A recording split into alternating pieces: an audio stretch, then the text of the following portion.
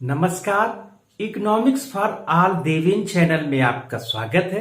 आज का हमारा टॉपिक है सामान्य मूल्य और बाजार मूल्य में अंतर, difference between market price and normal price.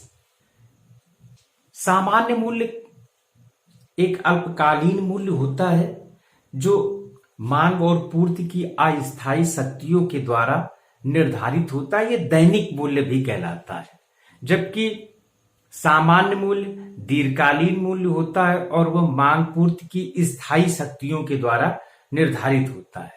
तो इसको एक कॉलम के माध्यम से इसमें अंतर क्या होता है समझते हैं। पहला है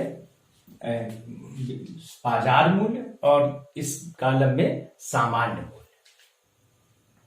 पहला बिंदु है यह अल्पकालीन मूल्य होता है। बाजार मूल्य कैसा मूल्य होता है? अल्पकालीन मूल्य होता है। यह अति अल्पकाल या अल्पकाल में इसका निर्धारण होता है।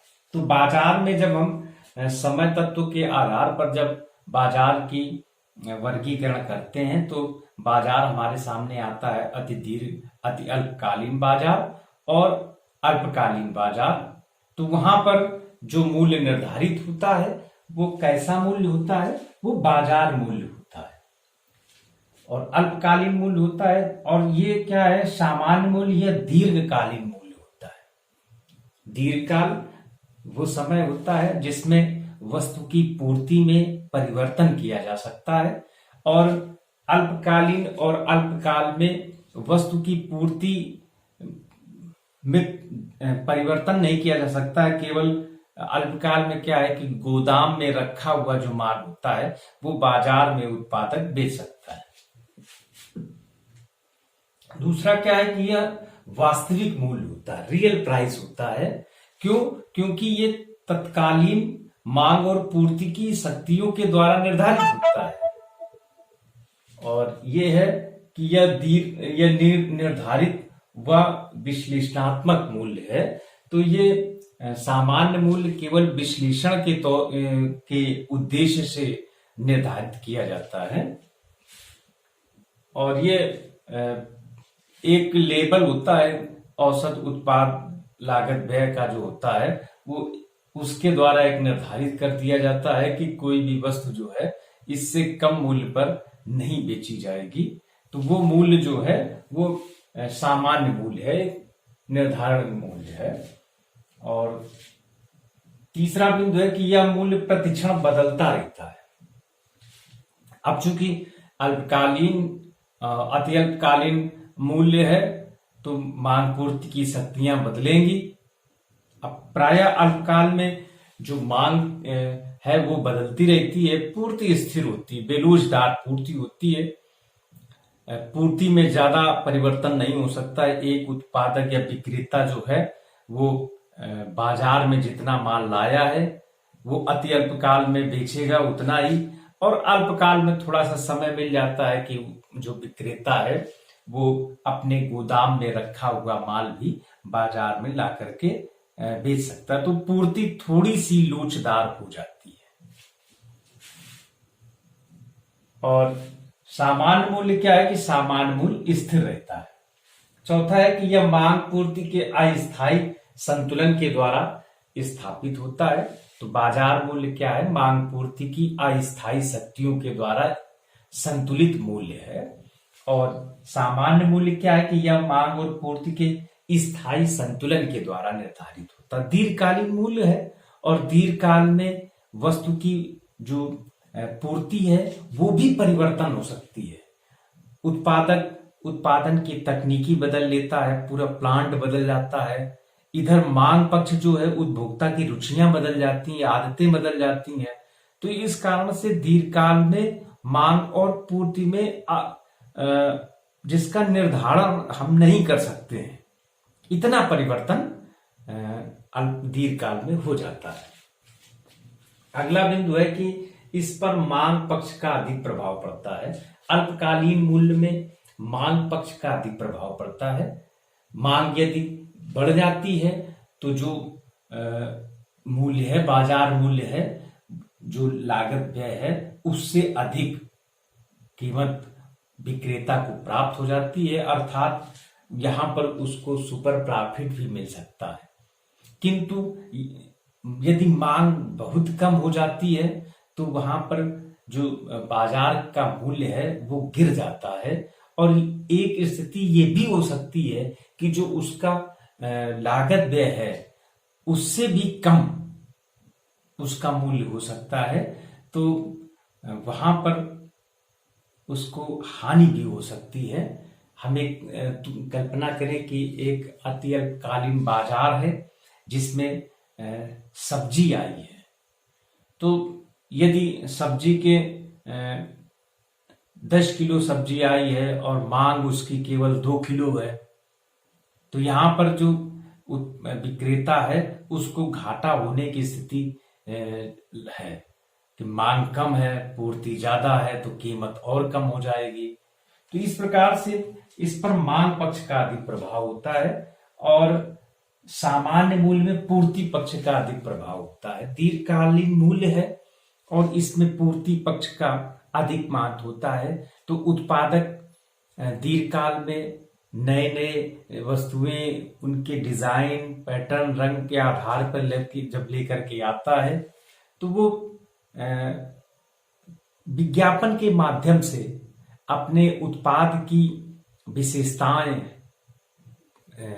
ग्राहकों के सामने रखते हैं ताकि मांग बढ़ सके। तो दीर्घकाल में पूर्ति पक्ष का अधिक प्रभाव होता है। और बाजार मूल्य में छठा बिंदु है कि यह औसत लागत व्यय के ऊपर व नीचे होने की प्रवृत्ति रखता है। बाजार मूल्य औसत लागत व्यय के ऊपर और नीचे जाने की प्रवृत्ति रखता है, ये बराबर भी हो जाता है।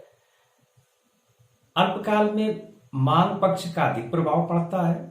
यदि मांग अधिक तो औसत लागत व्यय के ऊपर जाने की प्रवृत्ति होगी, यदि मांग कम तो ये औसत लागत व्यय के नीचे जाने की प्रवृत्ति होगी। जबकि सामान्य मूल्य क्या है कि ये औसत लागत व्यय के समान होगा, इससे नीचे नहीं होगा, औसत लागत व्यय के समान होगा या उसके ऊपर जाने की प्रवृत्ति रखता है। तो इस प्रकार से बाजार मूल्य और सामान्य मूल्य जो है, इसके संदर्भ में कहा गया कि बाजार मूल्य जो है वो सामान्य मूल्य के चारों ओर चक्कर लगाता है। तो इसको एक रेखा चित्र के माध्यम से हम समझने का प्रयास करते हैं। बाजार मूल्य सामान्य मूल्य के चारों ओर चक्कर लगाता है, तो इसको एक रेखा चित्र के माध्यम से हम समझते हैं।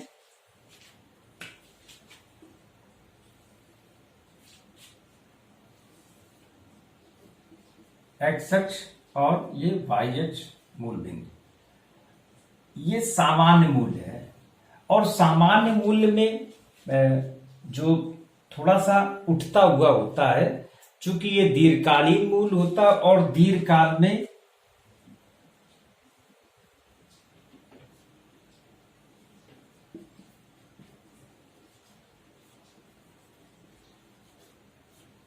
ये क्या है, दीर्घकालीन मूल्य है। अच्छा, एक और विशेषता इसकी हम लोगों ने पहले देखा था तो कि ये विश्लेषणात्मक मूल्य है। ये दीर्घकालीन मूल्य है और ये विश्लेषण के लिए है। तो इसमें क्या है कि ये जो वृद्धि हो रही है तो ये दीर्घकाल में है। चूंकि दीर्घकाल में वस्तु की लागत में वृद्धि होती है तो एक निश्चित मात्रा में, या मुद्रास्फीति कहते हैं उसमें, तो उस प्रकार से इसमें कुछ वृद्धि होती है। और जो बाजार मूल्य है वो सामान्य मूल्य के चारों ओर चक्कर लगाता है।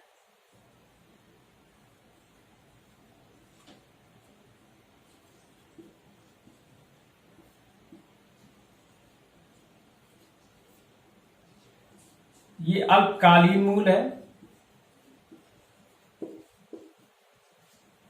हम जानते हैं कि किसी भी वस्तु का जो मूल्य निर्धारण होता है वो सीमांत उपयोगिता और सीमांत लागत के जहां पे संतुलन बिंदु होता है उस पे निर्धारित होता है।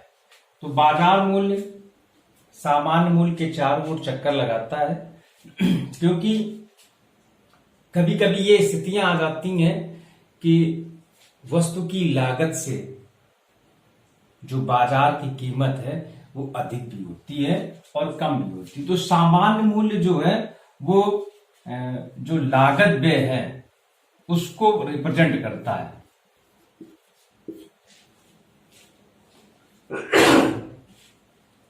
लागत व्यय की लगभग इतना तो एक उत्पादक को मिलना ही चाहिए, लागत व्यय, जिसमें उत्पादक का सामान्य लाभ शामिल होता है। किसी भी उत्पादक को जो उसकी न्यूनतम लागत है वो सीमांत लागत उसको प्राप्त होनी चाहिए, क्योंकि इसमें सामान्य लाभ भी शामिल है उसको।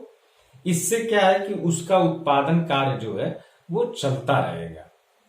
तो यहां पर भी बाजार मूल्य सामान्य मूल्य के चारों ओर चक्कर लगाता है। अब यहां पर प्रश्न ये होता है कि जब वस्तु का मूल्य सामान्य मूल्य से कम हो जाता है फिर भी विक्रेता या उत्पादक बाजार में अपना माल क्यों बेचता है? तो ये प्रश्न, इसका उत्तर क्या है कि ये बाजार मूल्य ये अल्पकालीन मूल्य है।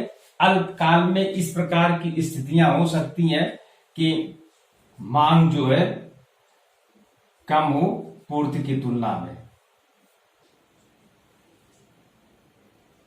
किंतु एक आशा होती है, उत्पादक विवेकशील होता है, भविष्य की आशाएं उसके साथ में जुड़ी हुई होती हैं, तो वो इस कारण से वो उत्पादन कार्य या बिक्री बाजार में करता रहता है। और बाद में एक स्थिति आती है कि उसका जो बाजार मूल्य है और सामान्य मूल्य बराबर हो जाता है, अर्थात जो लागत है और जो आगम है, जो कास्ट और रेवेन्यू है, ये बराबर हो जाता है। और फिर उसके बाद एक स्थिति ये आ जाती है कि रेवेन्यू अधिक हो जाता है कास्ट से, तो वहां पर उसको सामान्य लाभ से अधिक सुपर प्रॉफिट प्राप्त होने लगता है। तो इस कारण से वो बाजार में बना रहता है, क्योंकि ये अल्पकाल की स्थिति। तो इस प्रकार से स्पष्ट है कि जो बाजार मूल्य है वो सामान्य मूल्य के चारों ओर चक्कर लगाता है। अब समझते हैं बाजार मूल्य का निर्धारण। बाजार मूल्य का किस प्रकार से निर्धारण किया जाता है? तो बाजार मूल्य है क्या कि बाजार मूल्य अल्पकालीन मूल्य है, और हम जानते हैं कि अति अल्पकाल या अल्पकाल में शीघ्र नष्ट होने वाली वस्तुएं इनकी बिक्री की जाती है। तो बाजार मूल्य निर्धारण में हम दो प्रकार की वस्तुओं के मूल्य निर्धारण का समझें। तो इसमें पहला है तुम्हारा शीघ्र नष्ट होने वाली वस्तु,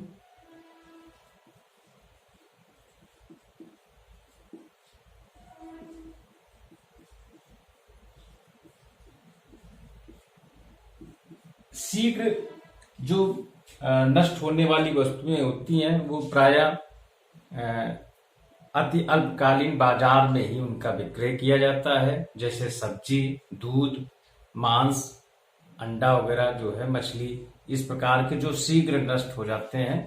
तो ये इनकी पूर्ति जो है वो स्थिर होती है।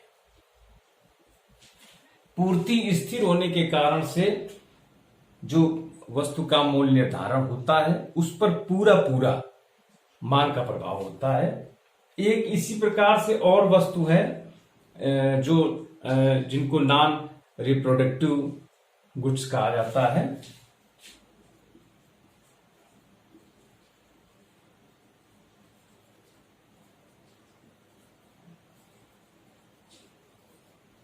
या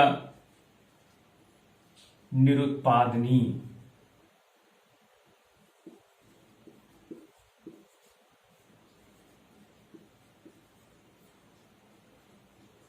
अर्थात अब इनकी भी क्या है, उसमें लिखा हुआ है नॉन रिप्रोडक्टिव, तो इनका उत्पादन नहीं हो सकता है। इस प्रकार से भी ये क्या है, ये स्थिर है। जैसे हस्त निर्मित कोई कलाकृति है, रेखा चित्र है, जिसका कलाकार भी। तो इस प्रकार की जो वस्तुएं हैं जिनका दोबारा उत्पादन नहीं हो सकता है, कलाकार की मृत्यु हो गई है, इनकी भी पूर्ति क्या होती है, स्थिर होती है। अब जिन वस्तुओं की पूर्ति स्थिर होती है उन वस्तुओं के मूल्य निर्धारण में मांग पक्ष का पूरा प्रभाव होता है। यदि पूर्ति से अधिक मांग हो गई है तो वहां पर वस्तु की कीमत बढ़ जाएगी। यदि पूर्ति की तुलना में मांग कम है तो वस्तु का मूल्य जो है वो घट जाएगा। अब यहां पर क्या स्थिति है कि यदि ये जो वस्तुएं तुम्हारी हैं तो इसमें सब्जी है, दूध है और मांस है, तो इस प्रकार की ये शीघ्र नष्ट होने वाली, इनकी एक सीमा होती है कि उतनी सीमा तक ही ये सही रहती हैं। उसके बाद सब्जी के रूप में या दूध के रूप में या मांस के रूप में इनका रूप जो है जल्दी बदल जाता है। सब्जी सूख जाती है, दूध फटने की स्थिति में हो जाता है, इसी प्रकार से मांस भी खराब हो जाता है। तो इनकी मांग पर पूरा प्रभाव पड़ता है। यदि इन वस्तुओं की यदि 10 किलो सब्जी आ गई है और इसकी मांग यदि 5 ही किलो है तो इस वस्तु की जो शेष प्रारंभिक वस्तु की जो मात्रा है वो बेची जाएगी बाजार मूल्य पर, प्रारंभिक मूल्य जो सामान्य मूल्य पर बेची जाएगी। फिर उसके बाद ये मूल्य जो है ये घटता जाएगा। अंत में ये स्थिति होगा कि हो सकता है कि वो जो दाम है बहुत नीचे चले जाए। यही स्थिति दूध के साथ में है, यही मांस के साथ में है, और यही स्थिति ये जो निरुत्पादनी नॉन रिप्रोडक्टिव गुड्स है इनके साथ भी है। यदि इन वस्तुओं की मांग जो है कम हो जाती है। इनको एक रेखा चित्र के माध्यम से समझते हैं।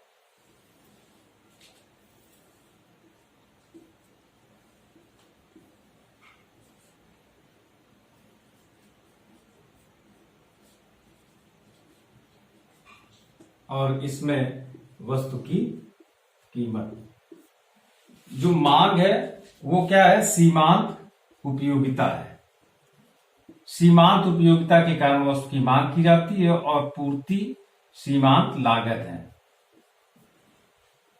जहां पर जिस बिंदु पर सीमांत उपयोगिता सीमांत लागत दोनों मिल जाते हैं वही बिंदु संतुलन का बिंदु होता है, वहीं पर वस्तु की कीमत निर्धारित हो जाती है। इसी प्रकार से बस वही जहां पर वस्तु की मांग और उसकी पूर्ति एक जगह बिंदु पर जहां मिल जाते हैं वो संतुलन बिंदु, वहीं पर वस्तु की कीमत निर्धारित हो जाती है।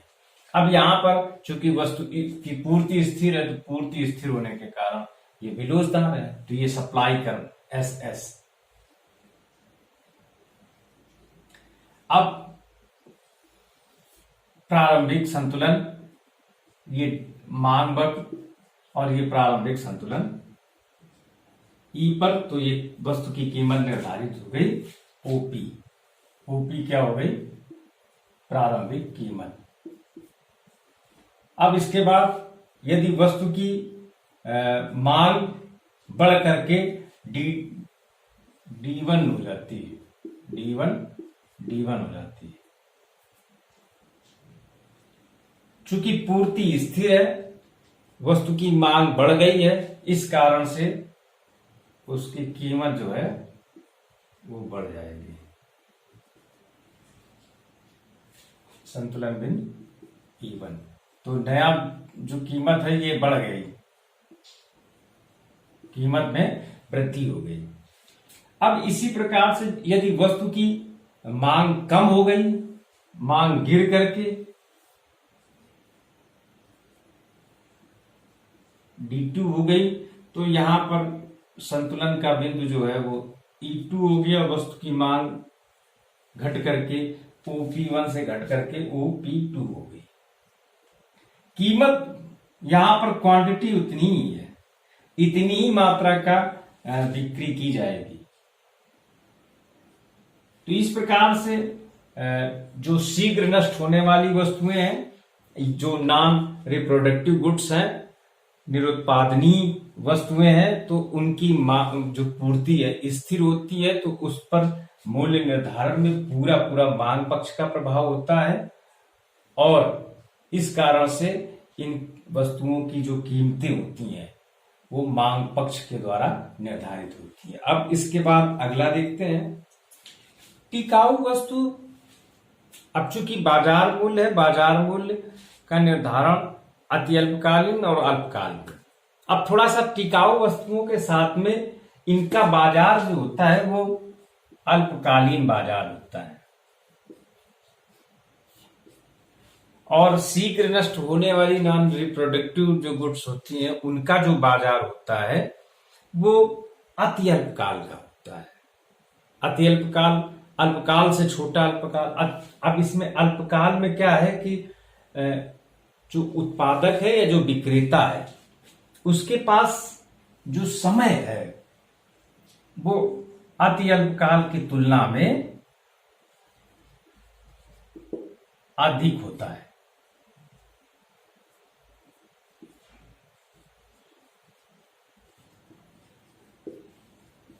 इतना समय होता है कि या जो उत्पादक या विक्रेता जो है वो क्या कर सकता है कि जो माल उसका गोदाम में रखा हुआ है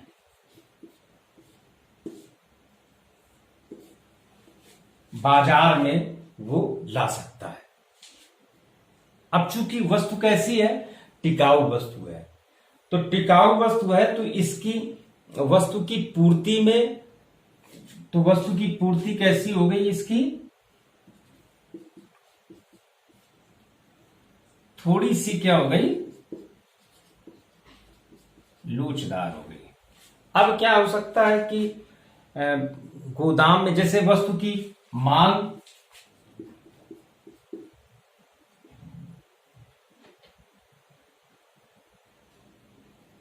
यहां पर 50 किलो है और प्रारंभिक पूर्ति भी उसकी जो है वो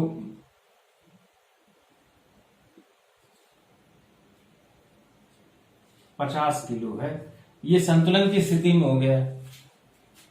अब थोड़ा सा आगे जाएं, क्या स्थिति होगी, उसके पास एक कि जिसे मांग बढ़ गई, मांग बढ़ करके कितनी हो गई, उसकी मांग बढ़ गई 70 किलो की हो गई।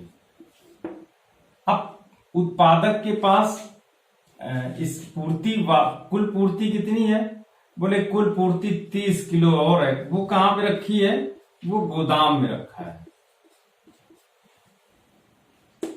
तो वो उत्पादक के पास इतना समय होता है, चूंकि टिकाऊ वस्तु है और गोदाम में वो वस्तु सुरक्षित रह सकती है, तो इस कारण से उसने 30 किलो की और पूर्ति कर दी। ये स्थितियां हो गई। तो यहां पर क्या हो गई कि टोटल जो है वो 80 किलो की पूर्ति हो गई। तो यहां पर एक उत्पादक या विक्रेता के पास, जो टिकाऊ वस्तुओं का उत्पादक या विक्रेता होता है, उसके पास इतना समय होता है कि वो वस्तु की पूर्ति को थोड़ा सा बढ़ा सकता है। अब यही स्थिति यदि हो जाए कि मांग उसकी 70 से बढ़ करके पूरी 200 केजी की हो जाए, तो यहां पर फिर ये असफल हो जाएगा,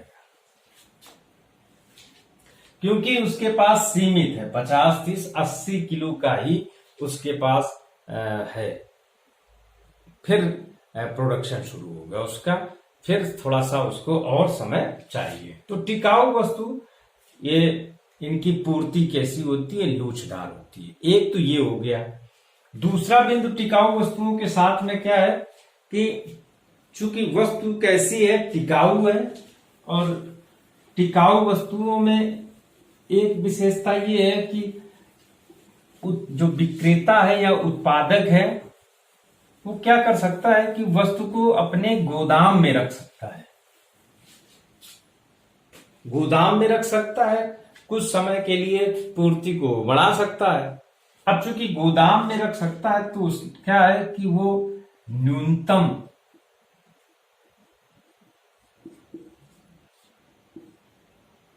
कीमत सीमा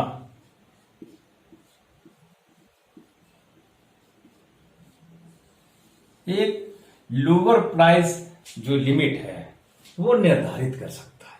कौन कर सकता है? जो टिकाऊ वस्तु का विक्रेता या उत्पादक है कि साहब हम इससे कम में अपनी वस्तु नहीं बेचेंगे, इससे अच्छा है कि हम इस वस्तु को उठा करके अपने गोदाम में रख लेंगे, मगर एक इस लेवल के नीचे हम इस वस्तु को नहीं बेचेंगे। क्यों? क्योंकि वस्तु कैसी है? टिकाऊ है, आज नहीं बिकेगी कल बिकेगी। उठाएगा झोला झंडा, अपना मार्केट से गोदाम पहुंच जाएगा। वस्तु के टिकाऊ होने के कारण से वो गोदाम में सुरक्षित रख भी सकता है, पूर्ति भी बढ़ा सकता है और पूर्ति को कम भी कर सकता है, क्योंकि वस्तु टिकाऊ है। तो इस कारण से यहाँ पे दो प्रतिबंध होते हैं कि वस्तु की जो पूर्ति होती है वो थोड़ी सी लोचदार हो जाती है और न्यूनतम कीमत सीमा निर्धारित कर लेता है। तो इसको एक रेखा चित्र के माध्यम से हम देखते हैं तो एक्स अक्ष और ये वाई अक्ष,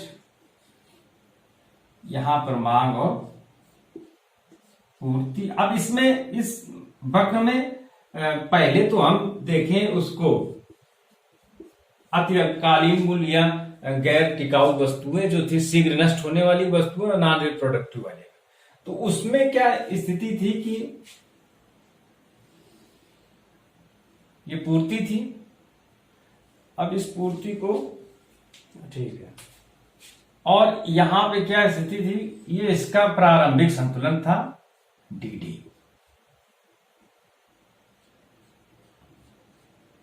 ये ई संतुलन था उसका। किसका था? जो ये सप्लाई कर्व है, ये मात्रा बाजार में आई थी बिक्री के लिए। ये जो संतुलन है, ओपी जो कीमत है ये किसकी है? ओपी कीमत शीघ्र नष्ट होने वाली वस्तु है ना, शीघ्र नष्ट होने वाली वस्तु।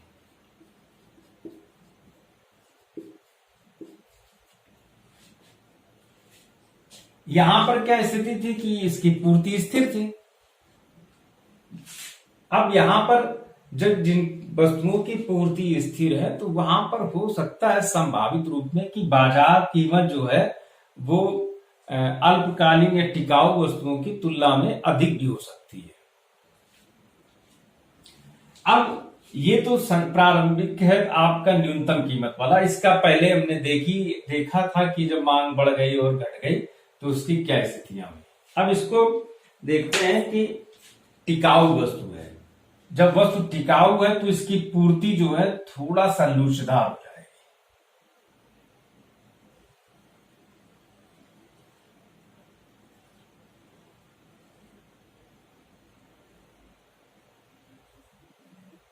ये S1 वक्र, जो S1 वक्र जो है वो कैसा है?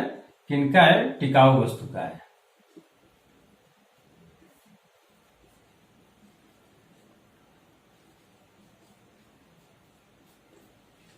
ये टिकाऊ वस्तु का पूर्ति वक्र है। अब यहां पर जो कीमत निर्धारित है वो इसी संतुलन में निर्धारित है। अब यहां पर जब वस्तु की मांग बढ़ गई, और यहां पर एक विशेषता और भी है कि एक उत्पादक एक न्यूनतम सीमा का निर्धारण कर लेता है कि इस बिंदु, या इस बिंदु का नाम दे दें ए बिंदु जो तुम्हारा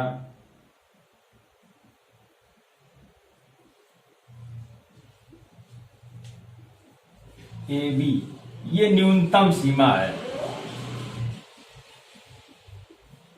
कीमत की न्यूनतम सीमा है। इसके नीचे वो नहीं बिक्री करेगा। इसमें उसने निर्धारित कर रखा है सामान्य लाभ और लागत व्यय। यदि कभी इस वस्तु की मांग बढ़ गई,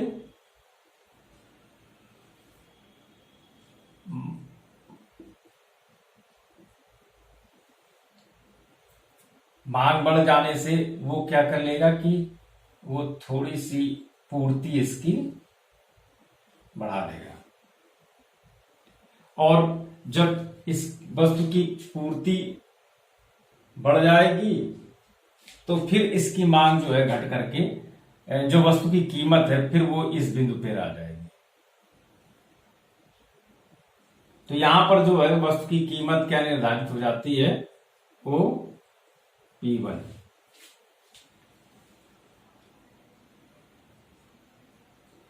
अब यदि वस्तु की मांग जो है घट जाती है और इतना घट जाती है कि वो न्यूनतम सीमा के नीचे चली जाती है, कीमत जो है न्यूनतम सीमा के नीचे चली जाती है, तो फिर उत्पादक क्या करता है कि उस वस्तु की बिक्री नहीं करता है। वो वस्तु की बिक्री करने की तुलना अच्छा होता है कि वो अपना जो शेष माल बचा है वो गोदाम में रख ले। तो इस प्रकार से जो टिकाऊ वस्तुओं का मूल्य बाजार में मूल्य निर्धारण होता है तो उसमें दो चीजें होती हैं। एक तो वस्तु की जो पूर्ति होती है वो थोड़ी सी परिवर्तनशील होती है, लोचदार होती है, और न्यूनतम कीमत सीमा निर्धारित होती है। तो यहां पर क्या होता है कि जो बाजार मूल्य निर्धारित होता है उसमें मांग पक्ष के साथ साथ पूर्ति पक्ष का भी प्रभाव होने लगता है।